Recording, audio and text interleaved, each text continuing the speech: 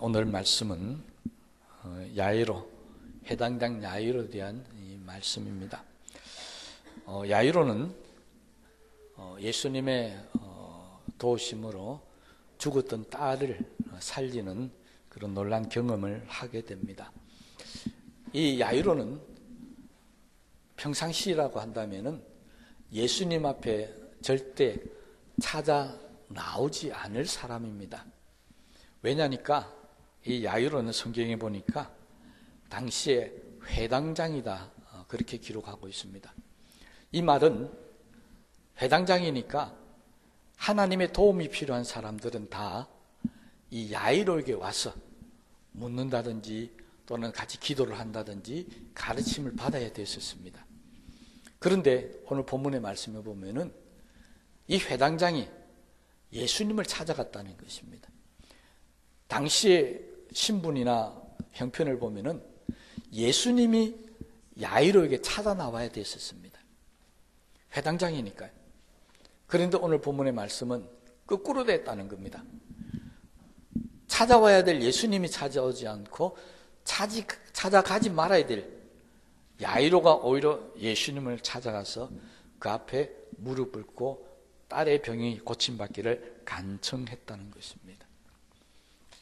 여러분, 이 회당장 야이로라고 하는 이 지위가, 회당장이라는 지위가 얼마나 대단한가 하면요, 당시의 유대 사회에서는 그들이 정치적인지 경제적인 문제든지 아니면 신앙적인 문제든지 간에 모든 문제를 해결하는 장소 또는 가르침을 받는 장소, 모여서 회의하고 의논하는 장소가 바로 회당이었습니다.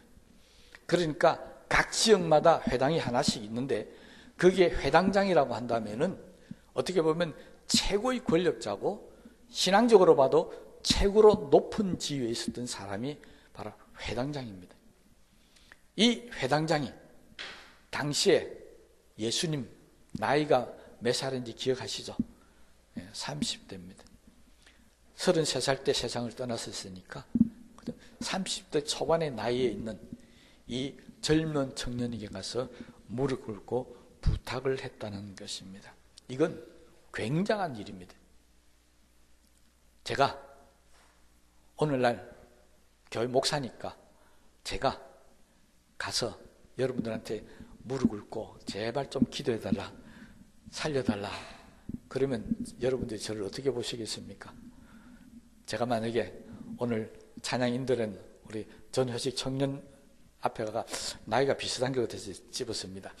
저 앞에 가가지고 어떻게 하든지 나를 좀 살려달라고, 내 문제를 해결해달라고 저 앞에 엎드려서 빌고 있다면 여러분은 그 모습을 보시면 무슨 생각을 가지겠습니까?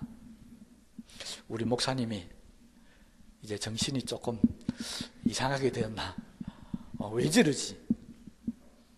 그러지 않겠습니까? 그런데 당시에는 유대 사회였습니다. 지금보다 더 신분이나 계급이 엄격한 시절입니다. 거기에 가서 무릎을 꿇고 간청을 한다는 것입니다. 이유는 딱 하나였습니다.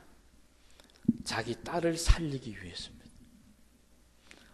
12살 된 이 딸이 죽게 되었으니까 내가 내 지위나 체면이나 이런 거 다 소용없다는 겁니다. 저 예수라는 청년에 들리는 소문이 어떤 병도 다 고쳐준다.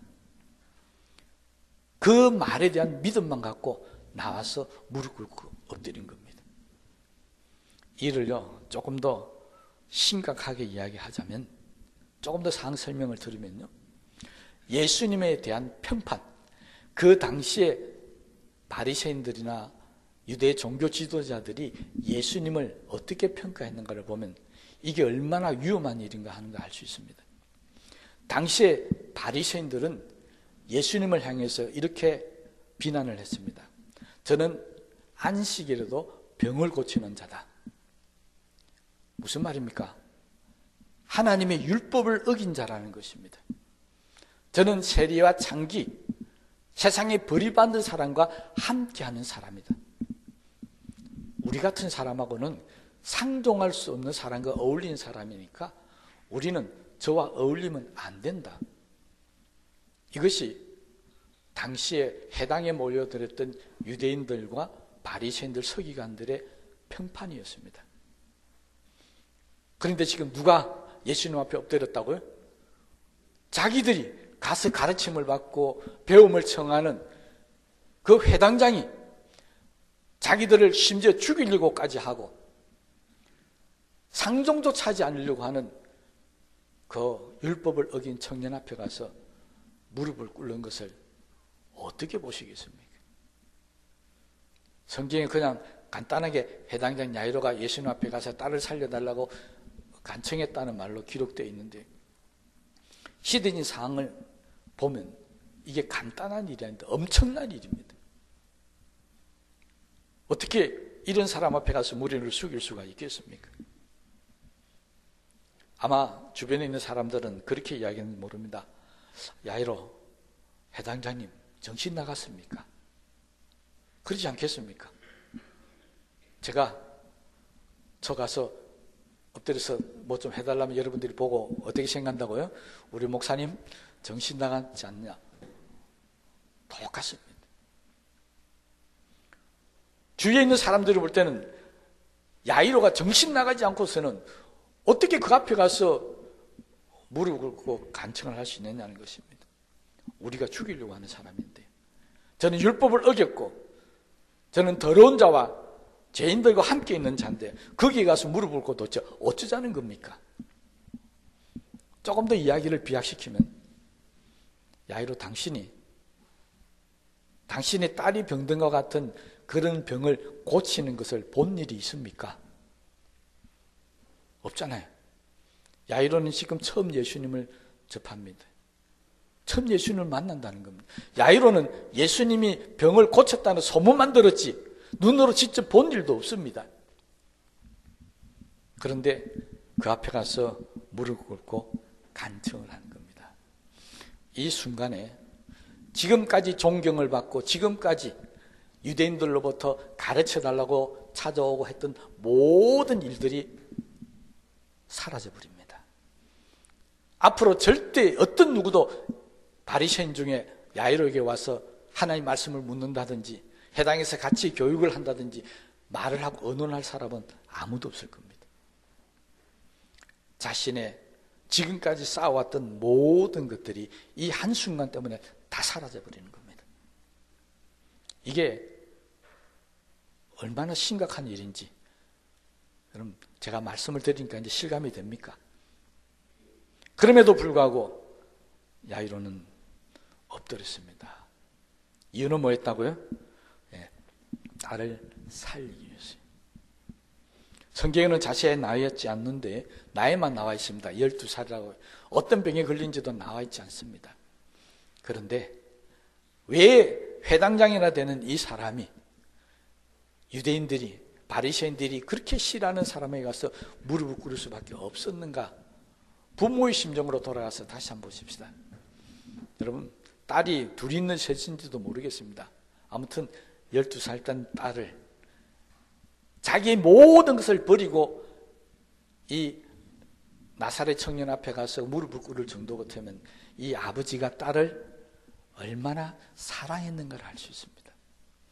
얼마나 애지중지하면서 키웠겠습니까? 그렇잖아요. 여러분, 어느 부모가 아들이나 딸을 대충대충 키울 부모가 어디 있겠습니까?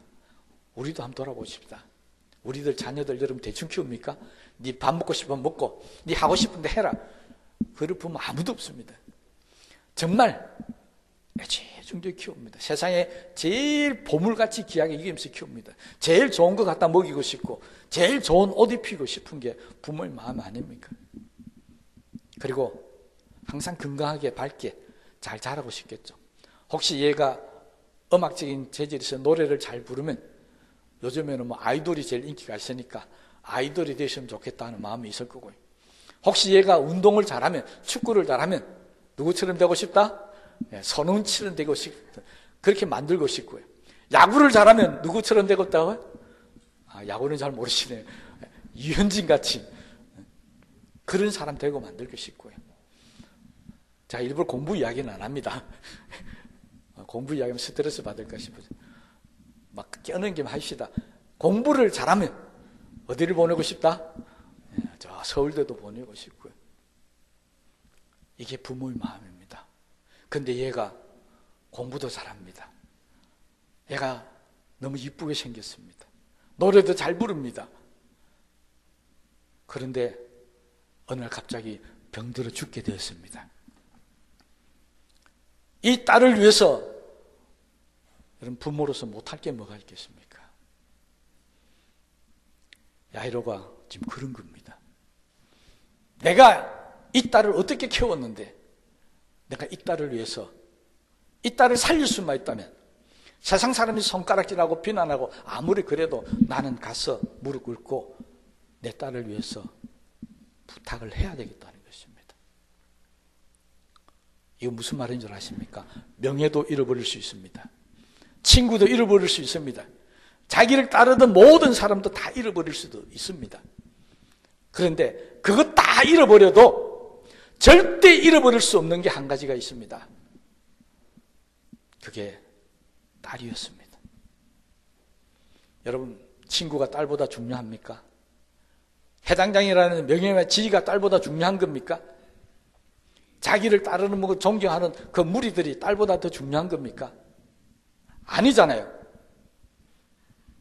야이로는 그런 사람이었습니다.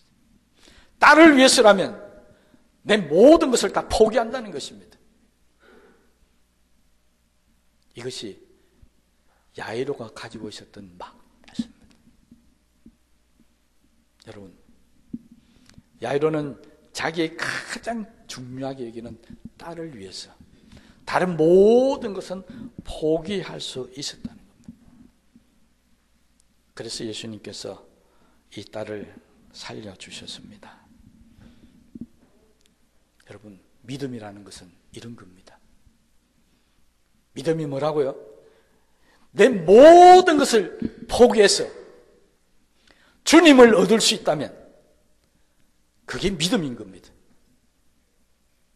세상의 친구를 잃어버리고 가진 재물을 잃어버리고 명예, 지위를 모든 것을 다 잃어버린다 할지라도 내가 주님을 얻을 수 있다면요, 내가 하나님의 사랑을 받을 수 있다면은 그렇게 하는 것이 믿음입니다. 이게 믿음의 시작입니다. 여러분, 그런 믿음 갖고 있습니까? 이 믿음이 없기 때문에 우리는 돈에 흔들리는 겁니다. 이 믿음이 없기 때문에 친구에게 흔들리고 세상의 유혹에 흔들리게 되는 것입니다. 야이로는 딸을 살리겠다는 이 마음 하나 때문에 친구고 세상의 명예고 지위고 다 버렸습니다. 믿음은 바로 자존심을 버리고 체면과 지위와 세상의 모든 것을 다 버리고 예수님 앞에 나오는 것, 이것이 바로 믿음인 줄로 믿으시기 바랍니다. 이게 믿음입니다. 그렇다면 여러분 믿음이 있습니까? 왜 대답을 안 하십니까? 우리는 이 믿음이 있어야 합니다.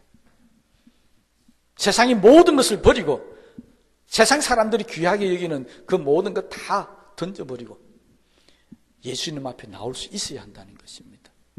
거기서부터 믿음이 비로소 시작되는 것입니다. 믿음은 예수님 앞에 나오는 것입니다. 어떤 사람은 특히 코로나를 지나면서 그렇게 이야기합니다. 목사님, 교회 안 나가도요, 내가 집에서 기도하고 있고요, 교회 안 나가도 내가 하나님 잘 믿고 있습니다. 걱정하지 마십시오. 그건 저는 믿음이 아니라고 생각합니다. 믿음은 뭐라고요? 예수님 앞에 나오는 것입니다. 예수님 앞에 나오지 않고 나는 믿음이 있다, 나는 기도하고 있다, 그거 잘못 생각하는 겁니다. 죄송하지만 자기 생각입니다. 성경은 그렇지 않습니다. 성경은 예수님 앞에 나오는 것입니다. 그래서 예수님께서 말씀하시죠. 수고하고 무거운 짐 자들아 다 내게로 오라고 그랬습니다. 구약의 선지자들이 목이 터져라고 했던 이야기가 여호와께로 돌아가자는 것이었습니다. 하나님께로 가자는 것입니다. 그것이 믿음의 시작이기 때문에 그렇습니다. 예수님은 자기 앞에 나오는 사람들을 그냥 돌려보내지 않았습니다. 나오는 사람들마다 그들의 믿음을 축복하셨습니다. 특히 어렵고 힘든 상황 가운데, 예수님 앞에 도저히 나올 수 없는 상황 가운데 나오는 사람들을 더 축복하셨습니다.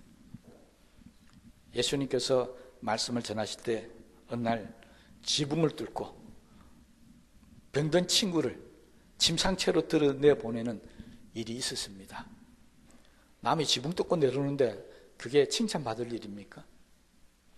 그런데 예수님은 그 중풍병자와 내 친구들을 칭찬하셨습니다. 왜 칭찬하셨습니까? 지붕을 뚫고서라도 자기 앞에 나오는 그 모습이 예수님 보실 때 너무 기뻤다는 것입니다. 오늘 야이로 회당장 사건도 연결되는 또 한 여인이 나옵니다. 12해 동안 혈유병을 앓은 여인. 수많은 사람들은 무릎을 뚫고 예수님의 옷자락을 붙듭니다. 여러분, 그 여인을 주님이 축복하셨습니다.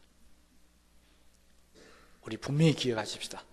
믿음은 예수님께 나가는 것입니다. 예수님을 붙드는 것입니다. 이게 아니면 믿음이 아닙니다. 그러므로 오늘 이 시간 이후부터 우리는 어떤 일이 있더라도 예수님 앞에 나가기를 포기하지 마십니다. 모든 역경과 어려움과 환난, 세상의 모든 것 다 버려두고라도 예수님 앞에 나올 수 있는 그런 사람이 되어져야 할 줄로 믿습니다. 이게 뭐라고요? 믿음의 시작입니다. 이게 믿음의 끝은 아닙니다. 이게 믿음의 시작입니다. 자, 이렇게 무릎 꿇으면 만사가 형통해야 되지 않습니까? 그런데 아니었습니다. 야이로가 이렇게 모든 것을 버리고 예수님 앞에 무릎을 딱 꿇는데 다음 단계가 바로 야이로에게는 큰 시련이 하나 겹칩니다. 예수님 모시고 기쁜 마음으로 집으로 내려가는데 중간에서 방해물이 생겼습니다. 좀 전에 말씀드렸던 혈유병을 앓은 여인이 예수님을 붙들어 버립니다. 예수님이 길을 가다 중간에 딱 서버립니다. 누가 내 나를 만졌느냐. 그리고 한참 시간을 막 허비합니다. 아버지 마음이 어떻겠습니까? 지금 딸이 죽어가는데 한시라도 빨리 가서 예수님이 기대해 주셔야 낫겠는데 안 가고 엉뚱한 짓 하고 있는 겁니다. 죄송합니다. 예수님한테 엉뚱한 짓을 했어요. 다른 일을 하고 있는 겁니다. 아버지 마음에서는 아마 애간장이 녹을 겁니다. 이러다 죽으면 큰일 나는데, 이러다 죽으면 안 되는데, 그런데 어쨌다고요? 예. 집에서 사람이 와서 이제 더 이상 선생님 괴롭히지 마십시오. 당신의 딸이 죽었습니다. 이제 믿음을 갖고 이 딸 때문에 내 모든 것을 다 포기해버렸는데 이 딸이 죽었다는 겁니다. 그럼 이제 어떻게 됩니까? 지금까지 가지고 있던 다 잃어버리고 뭐도 잃어버렸다? 딸도 잃어버렸다. 가진 것 아무것도 없습니다. 헛수고한 겁니다. 이 엄청난 시련이 야이로에게 다가옵니다. 어찌해야 되겠습니까? 예수님을 계속 모시고 가야 되겠습니까? 예수님 이제 끝났습니다 하고 보내드려야 되겠습니까? 여러분 어떻게 하시겠습니까? 그렇다고요? 성경은 그렇지 않습니다.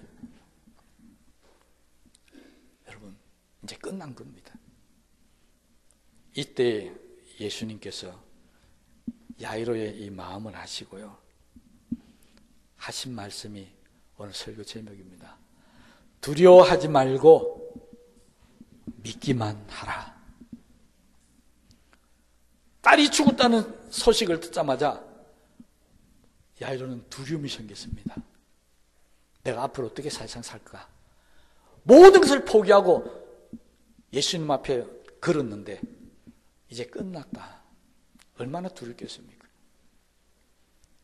그런데 예수님이 말씀하십니다. 두려워하지 말고 믿기만 하라.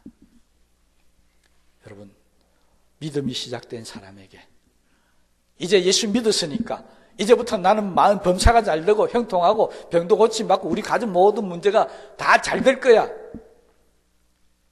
아닙니다. 그 다음 단계가 있습니다. 바로 이겁니다. 아무것도 할 수 없는 단계. 내가 예수를 믿고 예수님 앞에 내 모든 것을 걸었는데, 그런데 이제는 아무것도 할 수가 없는 겁니다. 바라던 것이 없어져 버렸습니다. 얻고자 하는 것을 잃어버렸습니다. 이때 당신은 어떻게 하시겠습니까? 이것이 오늘 본문이 우리에게 던지는 질문입니다. 우리는 어떻게 하겠습니까? 예수님 말씀하십니다. 두려워하지 말고 믿기만 하라는 것입니다. 우리에게 절망적인 문제가 다가왔을 때, 내가 모든 것을 포기해야 될 그 순간에 그래도 예수님을 믿는 것이 믿음이라는 것입니다. 믿음은 뭐라고요? 절망적인 순간에 예수님을 포기하지 않고 끝까지 예수님과 함께 있는 것이 믿음입니다. 우리에게 이 믿음도 있게 되시기를 바랍니다. 이 일은 나사로를 통해서도 똑같이 예수님이 말씀하십니다. 마르다 마리아가 나사로를 살리기 위해서 사람을 예수님 앞에 보냅니다. 나사로가 죽게 되었습니다. 마르다와 마리아의 생각은 그 소리를 듣자마자 예수님이 불같이 달려와서 나사로를 살려줄 줄 알았습니다. 그런데 이 소리를 들었던 예수님은 이틀이나 더 다른 일을 보시다가, 아까 말로 하면 엉뚱한 짓 하다가 나흘째 된 후에야, 나사로가 죽은 지 나흘째 된 그때 도착합니다. 어떻게 하시겠습니까? 마르다는 이렇게 이야기합니다. 우리의 이야기죠. 예수님이 여기 계셨더라면은 나사로가 죽지 않았을 텐데 왜 이제 오십니까? 그 이야기입니다. 여러분, 죽은 후에는 예수님이 필요 없습니까? 아니에요. 정말 믿는 저와 여러분들에게는 죽은 후에야 진짜 예수님이 필요한 겁니다. 왜요? 죽은 후에 우리는 어딜 가야 됩니까? 천국 가야 되기 때문에 이 세상 살 때보다 우리에게는 죽은 후가 예수님이 더 필요한 겁니다. 그때 예수님이 나 너 몰라 해버리면 우린 지옥 가야 되는 겁니다. 살아있을 때 예수님 필요한 것보다 죽을 후에가 훨씬 더 예수님 필요한 겁니다. 그런데 우리는 어떻습니까? 내가 뭔가 좀 할 수 있을 때, 희망이 있을 때는 예수님 앞에 열심히 기도하고 잘 믿다가 그게 안 된다 싶으면 포기해버립니다. 믿음은 그런 게 아닙니다. 이 마르다를 향해서 예수님이 하신 말씀은, 내가 믿으면 하나님의 영광을 보리라. 믿습니까? 죽어도 끝장이 나도 믿기만 하라. 믿으면 하나님의 영광을 보리라는 것입니다. 해당장 야이로의 딸이 살아납니다. 죽은 나사로가 살아납니다. 이유는 뭐였습니까? 예수님을 믿었기 때문입니다. 정말 어려운 믿음의 갈림길에서 이걸 믿어야 되느냐 말아야 되느냐 포기해야 되느냐는 그 순간에도 믿었던 야이로, 그는 자기 딸을 살리는 축복을 받았습니다. 예수님이 야이로에게 원하셨던 믿음, 마르다와 마리아에게 원하셨던 믿음, 저와 여러분에게 원하는 믿음이 이겁니다. 절망적인 상황, 내가 아무것도 할 수 없는 상황, 이 세상 어떤 누구도 안 된다라고 하는 상황이 왔었을 때도 우리는 끝까지 예수님을 믿고 기도를 포기하지 않는 것, 이게 예수님이 저와 여러분들에게 원하는 믿음인 줄로 믿으시기를 바랍니다. 우리는 아무것도 할 수 없습니다. 그런데 주님은 하실 수가 있다는 것입니다. 이걸 믿으시기 바랍니다. 나는 아무것도 할 수 없습니다. 그러나 주님은 모든 것을 할 수 있습니다. 이거 믿게 되시기를 바랍니다. 마르다에게 다시 주님이 이 말씀을 또 하십니다. 나사로가 있는 무덤 앞에 가서 내가 내게 말하기를 내가 믿기만 하면 하나님의 영광을 보려 하지 않느냐. 그리고 나사로 걸어 나오라고 명령하십니다. 마르다에게 두 분이나, 한 분은 집에서, 한 분은 무덤 앞에서 믿기만 하라고 계속해서 말씀을 하셨습니다. 우리는 믿어야 합니다. 뭘 믿어야 된다고요? 죽게 안 하시는 예수님을 믿는 게 아니라 죽었더라도 살리시는 예수님을 믿어야 한다는 것입니다. 근데 많은 사람들은 병이 들었을 때 고쳐주십시오. 죽으면 안 됩니다. 이 예수님은 너무 잘 믿습니다.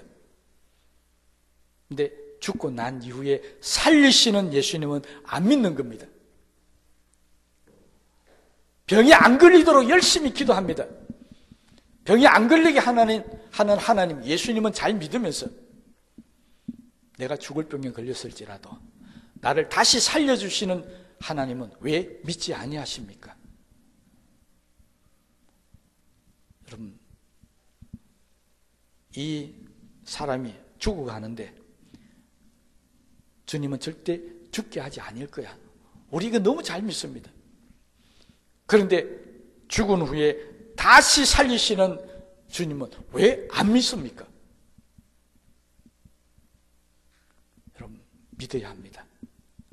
이제는요, 죽게 안 하시는 하나님이 아니라 죽었을지라도 다시 살리시는 하나님을 믿으시라는 겁니다. 병이 안 들게 하는 하나님이 아니라 병이 들으실지라도 고쳐주시는 하나님을 믿어야 된다는 것입니다. 나에게 가난하게 안 하는 하나님이 아니라 가난할지라도 부유하게 만드시는 하나님을 믿어야 한다는 것입니다. 그런데 우리는 앞에 있는 믿음은 잘 가지고 있는데 뒤에 있는 믿음이 없습니다. 이제 믿으십시다. 두려워하지 말고요. 죽음이 와도 두려워하지 마십시오. 친구가 떠나가고 세상 모든 것이 다 잃어버려도 두려워하지 마십시오. 하나님을 믿기만 하시기 바랍니다. 그러면 하나님의 영광을 보게 될 줄로 믿습니다. 여러분, 우리의 믿음은 하나님이 우리에게 원하시는 믿음, 주님이 우리에게 원하시는 믿음 딱 한 가지입니다. 어떤 상황이 와도, 죽음이 와도 믿기만 하라. 오늘 이 시간부터 우리 저와 여러분들 이 말씀대로 믿으십시다. 그리고 하나님의 영광을 누리는 복된 성도들이 다 되시기를 주님의 이름으로 축복합니다. 말씀을 생각하시면서 기도하시겠습니다.